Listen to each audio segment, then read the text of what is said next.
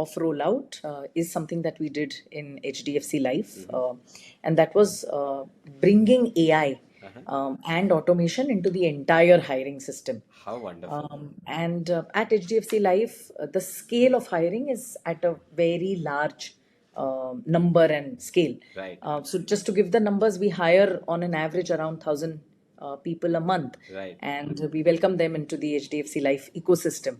And to hire 1,000, And that means that's a lot of effort saved. And I liked how you mentioned that this time saved went towards more strategic conversations, right?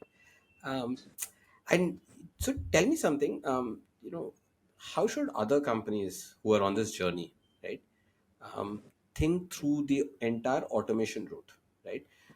Because a lot of times people think about it as reducing people. The way you presented it is you talked about it as I'm going to leverage people to do more and have more strategic conversations. Were there any change management, training programs, anything that you enabled for your teams so they could do this way better? I over the last 5.5 years at HDFC Life, we've seen a fundamental shift in our hiring philosophy, and I also feel that while there are many other factors, we've got the best of the products, we've got the best of our customer experience engines, we've got the best of our sales engines, we've got the best of our strategic initiatives, and we've got a lot of feathers in our cap. Limited numbers, maybe at the middle and the senior and the leadership levels that you hire, are the ones where the significant impact is made. And at the junior levels, we still, while we are looking now for, the behavioral skills more than the technical skills, Right. I can confess to you that we are a long way to go. We still hire for the job.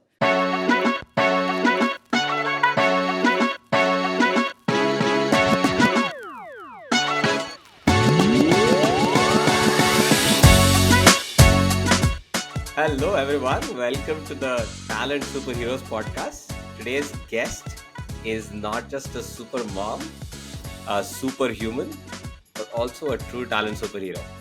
Um, Worked across so many different industries, she knows HR is more than policies and that it's a growth engine. And with about 23 years of global cross-industry HR leadership, Sareeta has done it all. She's hired at scale, navigated complex mergers, championed inclusive hiring, and of course, leveraged tech to redefine recruitment. Off duty, she travels the world, is a mom to twins, and I'm pretty excited to have a conversation with Sareeta Bhatikar, who's the head of HR at HDFC Life. And Sareeta, you're a true talent superhero. Thank you for joining the podcast. Hello, everyone. Thanks, Sudarshan. Thank you for inviting me to the podcast as well as the lovely introduction. Looking forward to our chat. Oh, absolutely. Likewise, I'm very excited. I want to start with your roots, Sareeta. I think you've done so many different industries, right? And each of them has its own challenges and wins. Um, let's rewind to where it all began, right? You started in IT services with LTI Mindtree, or Yep. erstwhile L&T Infotech, right? Yeah. Of the different industries, and now more recently with HDFC Life in insurance, where you've merged Exide Life into HDFC Life. You've launched campus to career programs. What hiring win are you most proud of and why? Um, so I think hiring, talent acquisition, employer branding becomes an integrated part of the entire HR portfolio, be it any industry. So the entire hiring machinery, hiring engine, fundamentals have been very, very key across all the companies I've worked with. Right. A recent hiring win that if I were to pick and talk about something that builds pride of rollout is something that we did in HDFC Life, and that was bringing AI and automation into the entire hiring system. How wonderful. And at HDFC Life, the scale of hiring is at a very large number and scale. Right. So just to give the numbers, we hire on an average around 1,000 people a month, Right. and we welcome them into the HDFC Life ecosystem. And to hire 1,000, Mhm. you can understand how the funnel works and Absolutely. the numbers that get screened across multiple levels of the Correct. hiring engine. Mhm. For that, what we did is we have an in-house built application tracking system. Mhm. So the automating, digitization bit Mhm. has now got stable, Mhm. is getting robust by the day. We keep questioning our application tracking system, Mhm. and what we've done is we've tried to look at our HR business partners, Mhm. move from being pure hiring partners Mhm. to becoming true strategic HR folks who partner with the business. And Nice. for that, we had to remove the mundane activities, at least the first three, four steps that are Right. involved around candidate screening. Right. So today we have a entirely digitized platform where CVs Mhm. can be either uploaded by our vendor partners, Mhm. can be uploaded on the system by our employees as a part of the referral engine. Mhm. People who apply on our career website, Mhm. again, that gets integrated. Mhm. And, the system then looks at pre-identified criteria, Nice. screens the CVs, Mhm. and puts them into bucket two. Nice. Bucket two then has again a digitized element where automatic emails are sent to the candidates. Mhm. Nudges are also automated, Nice. where the candidates then bases the function Mhm. and the channel that they are looking at Mhm. being, joining us. Mhm. The tests are given, the assessment tests. The Nice. assessment tests are then again fully digitized. There's Mhm. proctoring, of course, Uh-huh. to ensure that there's the right candidate applying for the right role Mhm. and giving the right test. Mhm. The selections and the screening, again, the cutoffs and all, everything the system decides. And then the finally selected candidate is passed on to the business HR partners bucket, Nice. where then the business HR partner can look at scheduling interviews with the line and with HR. Uh-huh. So I think this first three steps, which have now got completely automated, Nice. is something that I'm really proud of. Mhm. Because when I talk to my team also, they say you've really reduced the mundane part of our job Oh, and absolutely. built in the more strategic piece around the profile. Oh, absolutely. And what I resonate with, see, firstly, for the audience, you're hiring 1,000 people, but you're hiring them in so many different locations, right? Life insurance is a very Yes, distributed business.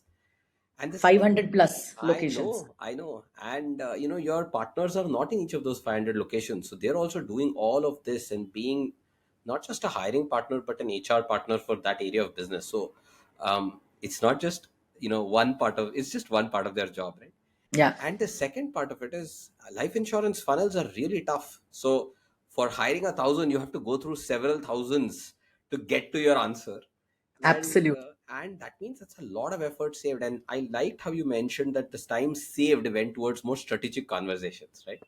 Um, and so tell me something. How should other companies who are on this journey, right, think through the entire automation route, right? Because a lot of times people think about it as reducing people, and the way Hmm. you presented it is you talked about it as I'm going to leverage people to do more and have more strategic conversations.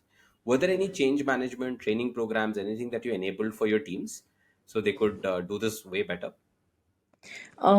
So when we rolled out the entire digitization of the application tracking system, yeah, a clear focus Hmm. was it's not about headcount reduction, Hmm. but how do you change the orientation of your widely spread HR business partners? There are 200 of them across the country Yeah. to have meaningful conversations, and meaningful conversations in the recruitment phase, as well as meaningful conversation in the entire employee life cycle stage. Right.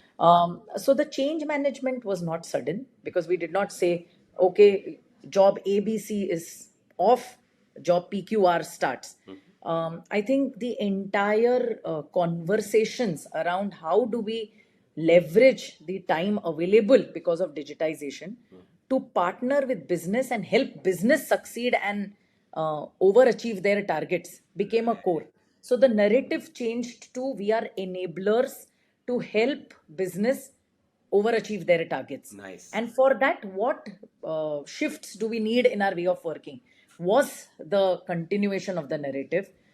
Enhanced engagement, like you mentioned, my team is spread across, but you still have you. I don't have 500 plus team members, and we have multiple channels within our let's say sales ecosystem and our operations ecosystem. So how do you leverage that time that is saved to travel, to understand the pulse of the organization, make a significant impact in the cultural bit, Right. have more enhanced career conversations with your employees, and let's say look at promoting employee referrals, because we've seen that employee referrals, and our analysis talks about it. The team members who join us, or the employees who join us, are far more productive. Right. They are far better culture fits, and their longevity in the Exactly. ecosystem is also far higher. Right. So, how do you even leverage your branch visits to talk about careers, to talk about the change of source mix, Right. to talk about the pulse, to talk about values, has become now the center stage. And the movement has shifted from pure play, 80% hiring is my daily KPI, to I want to make a significant impact to the workforce. Oh, absolutely. And you know what I loved about this? Um, in BFSI, most companies are struggling with early attrition, right? So are But we. for the fact that you're only hiring 1,000 means you guys have a decent handle on that. And um, the fact that you went off to changing, not, you're not just focusing on hiring, you're focusing on where do you hire from. So talent joins, performs, and stays, right? So they're not, and that's where the orientation towards business and helping them succeed means that you're not just thinking about, I need to fill, and then you have a leaky bucket with people leaving, but you're looking at how do I get performers, right? How do I get them to stay, and how do I orient people in all my branch visits to keep contributing through this channel so that you're bringing more and more performers in. And I think that's a absolute lesson for the BFSI industry, because and not just BFSI, right? I think this is a case across pharma, across retail, wherever early attrition is a challenge, and especially in sales hiring, right? How do you really crack this? um, Super. I really want to switch tracks here, right? Mhm. um, you talked about in 23 years in HR, right? um, and as a women leader in HR, one of the things I want to understand is what's a skill that truly shaped your career path, right? And what's one thing that you developed, or what's one thing that you think people should develop so they can succeed and reach, because a lot of people want to get to leadership but very few do. What's that? If you can narrow it down, I don't know if it's one skill, it's a combination, but I'll leave it to you. So let me break this answer into two parts, Sudarshan. One skill for HR professionals, and one skill generally for everyone if they want to kind of really move up the leadership ladder. So for my fellow HR colleagues, um, at least something that I believe in, which has worked for me, which I have consciously acquired over a period of time, and which I very, very consciously ensure that my team also picks, is the skill around having a business focused approach. Nice. Many a times as HR professionals, we sometimes get caught in the purist approach of wanting to roll a great people initiative. And there's nothing wrong in that. But if that people initiative needs to be sustainable and owned by business, it has to align to the business realities and the context. Correct. And if you need that alignment, you need to understand the business. Right. The minute you have a business focused, contextual HR initiative, I have seen that in almost all cases, it is also sustainable. Right. And as you proceed every year, you raise your bar around that initiative. Exactly. Exactly. So, business understanding is what I would pick for my HR folks. And what's the other skill before I dive in? For the other skill, so I am a firm believer of a very authentic style of leadership. Yeah. Hmm. And I think authentic style has its merits. You It does not mean you don't have to be assertive. You just have to be kind, or you just need to please the teams or your stakeholders. Authenticity also includes a difference of opinion. Correct. But I think if you're authentic, that unmasked behavior Hmm. helps people see the real intention, Right. even when you are proposing something or opposing something. Right. And for me, I think that's been something which I really, really feel is a key to success. Oh, so beautifully put, Sarita. In fact, if I come to your first point, you know, we talked about referrals earlier. Hmm. I see a lot of companies running. I'll tie the two together in terms of connection to business, right? Mm-hmm. When you take any initiative, and if let's say referrals, you run one campaign, you run it one off, right? It's like digging a well each time to draw water. But if it's done in the right, with the right policies, the right marketing, and in the right calendar, then it becomes an asset, right? So likewise, I mean, if you look at, and assets compound, so if you have a structured HR initiative that you can build on year because it adds value, everybody is aligned to it, that then becomes an organization asset. It becomes part of the rhythms, it becomes part of the, and culture is a feeling, but the most amazing thing there is you start to see these repetitive patterns of recognition, of responsibility, of people knowing they're cared, of there being a performance orientation, all of which, if there is a strong business imperative. Otherwise, yeah, I agree with you, it feels like, yes, this is a tick mark we achieved, but what's the impact, and is it sustainable? I think sustainable is the key word there. And I'm actually on the authenticity bit, right? I really want to now dive into slightly different stuff, and I know you're a very authentic leader, and authentic leaders build Thank you. trust, right? And it's such a hard thing. Most people, uh, actually, I feel people who are authentic, they build trust better, they're more at peace with themselves, right? They're just generally happier, and they also achieve their goals. It's not like it comes in the way, right? But why do you see people struggle? Because it's such an uncommon thing, no? Authentic leadership or authenticity. Why do you think people struggle, or what's your observation been as you work with so many different types of leaders? On And I saw a LinkedIn post from you as well about a comparison. So what's your experience been, or and why do you think different people struggle to get to authentic leadership?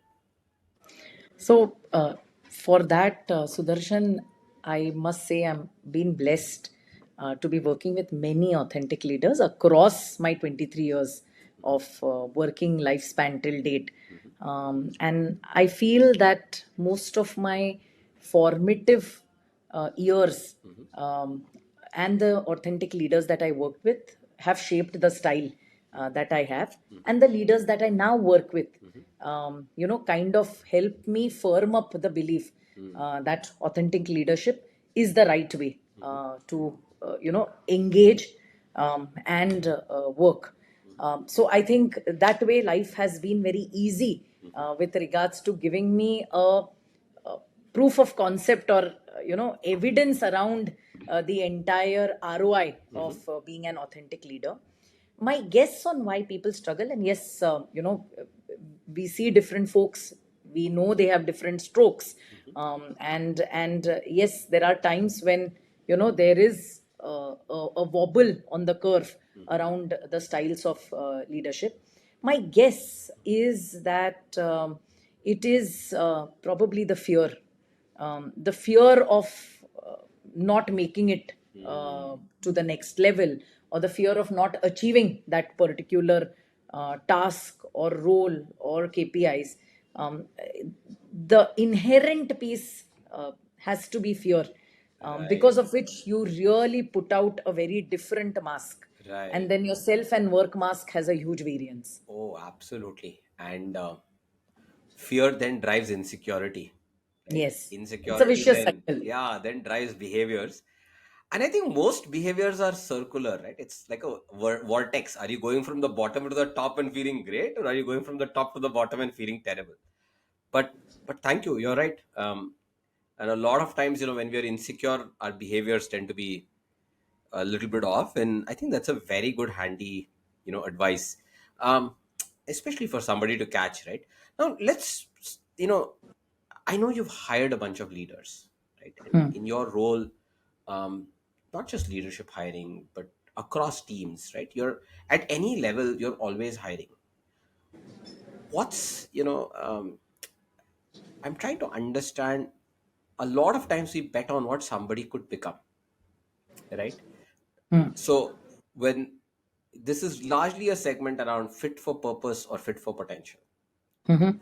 Now, if you're hiring somebody, like what tweaks have you made, or what are some things that you do in your hiring process to identify people who are fit for potential? Because I know a lot of times they tend to stay longer and they tend to grow, Hmm. whereas somebody who's fit for purpose may be transactionally ready today, right? Hmm.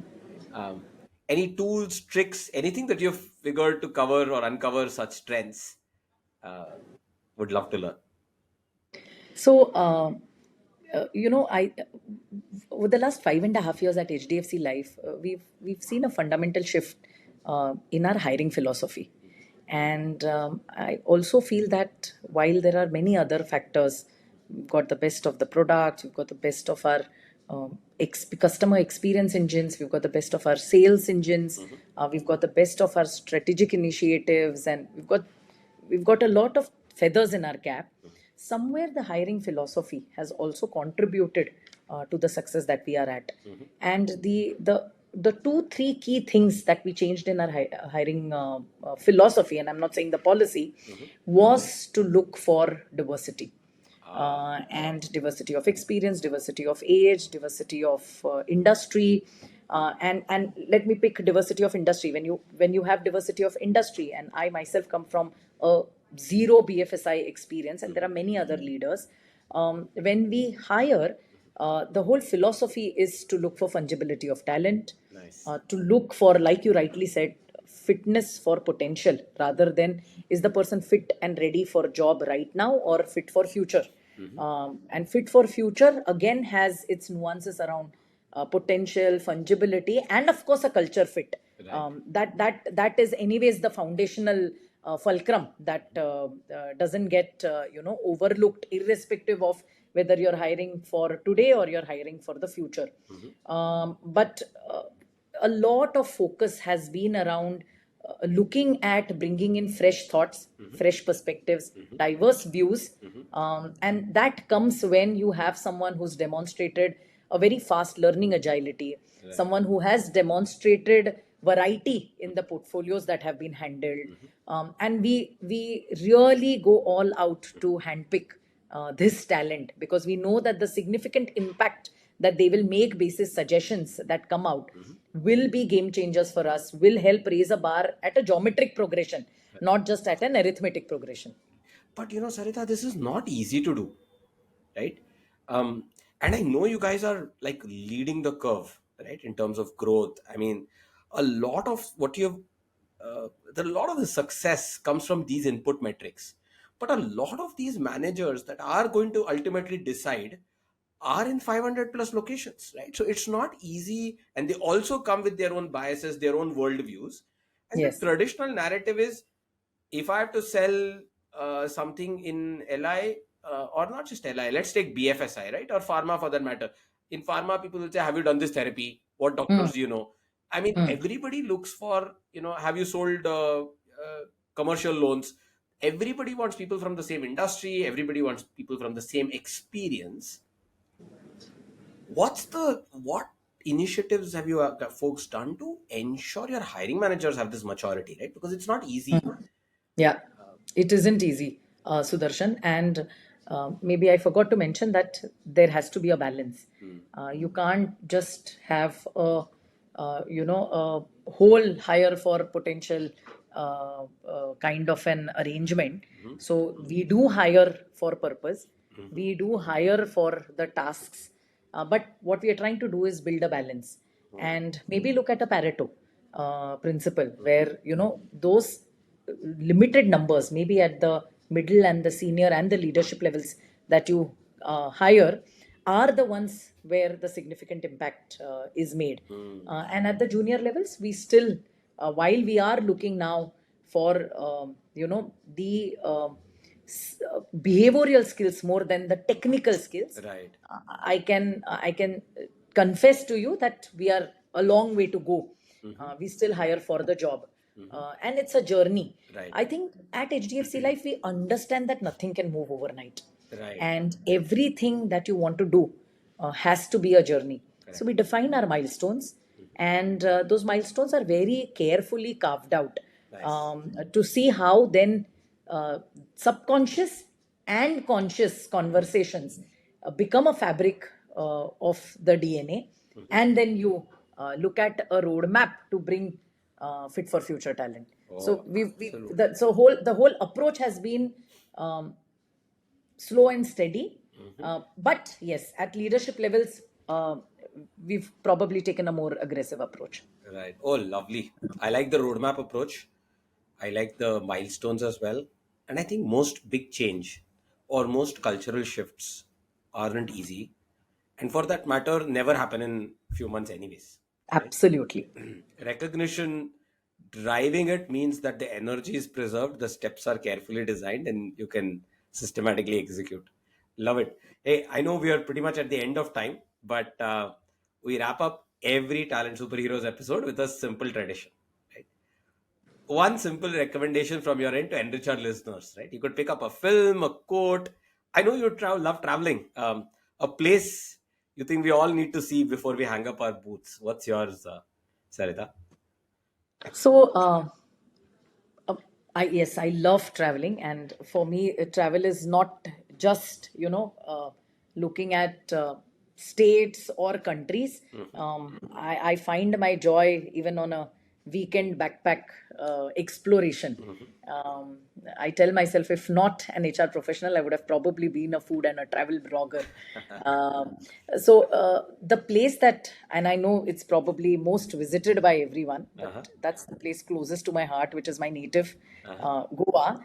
Oh, is it? But my request to the listeners is don't look at Goa as the touristy place with its beaches and its sundowner spots. Uh-huh. But there's more to Goa, into the very, very remote villages. Mm-hmm. The greenery just takes my breath away. I've been there maybe more than 100 times, but that's something that I find my peace in, Nice. um, and it's something that I find my roots very, very strongly tied in.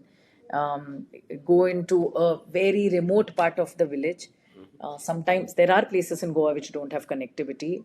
You see jungles all around. Goa is 70% forests, anyways, Mm-hmm. and eat at a local place. That's something that I would request the listeners to do. Uh, from a film piece, and when I was talking, the film came to my mind. It's been my all-time favorite, Sudarshan. And I'm sure most of our listeners would have watched it. But I can watch it again and again. It's The Pursuit of Happiness, Oh, beautiful. and Yeah. yeah, and for me, it's just a powerful life lesson Mm-hmm. of how Chris Gardner never gave up. It's about resilience. It's about also being authentic. Correct. It's about the whole bravery Mm-hmm. around resilience and perseverance Right. and never giving up. I really draw inspiration Right. from that movie. Oh, absolutely. I'm a big fan of that as well. And by the way, earlier, all of us have our favorite spots in Goa, but increasingly, I'm finding South Goa and some of the places towards the backwaters a lot Yes, more peaceful. absolutely. And though every year I go to Goa, I feel like it has now become overly populated with so many people showing up. Yeah, But I especially the North Goa part. Yeah, yeah. So that's why I think I like this idea of getting into the villages all through. You're away from it all. You have your own peace, and you're just exploring something very authentic, right? Hey, Sarita, thank you so much. I think absolute masterclass, right? This session, and not just we started with tech and AI and automation, and somewhere along the path we focused on human centered soul. And thank you for all these vivid stories. Thank you for authentic sharing. And like I said up front, you're an absolute talent superhero. Thank you for making time today and sharing your insights with the audience. It was my pleasure, Sudarshan. I always tell you, for us in our entire automation journey at HDFC Life, the team Ripple Hire and you have been an extremely important contributor, and not just for our referral engine, which is something that I'm very very proud of. But I loved the conversations where you gave us idea even beyond employee referral space. So it's always lovely to interact, and cheers to many more podcasts. And thanks to the listeners for really patiently listening. And I hope we've been able to add value through this podcast. Oh, absolute 100%. Thank you, Sarita. Thank you. Thank you, Sudarshan. Thank you, everyone.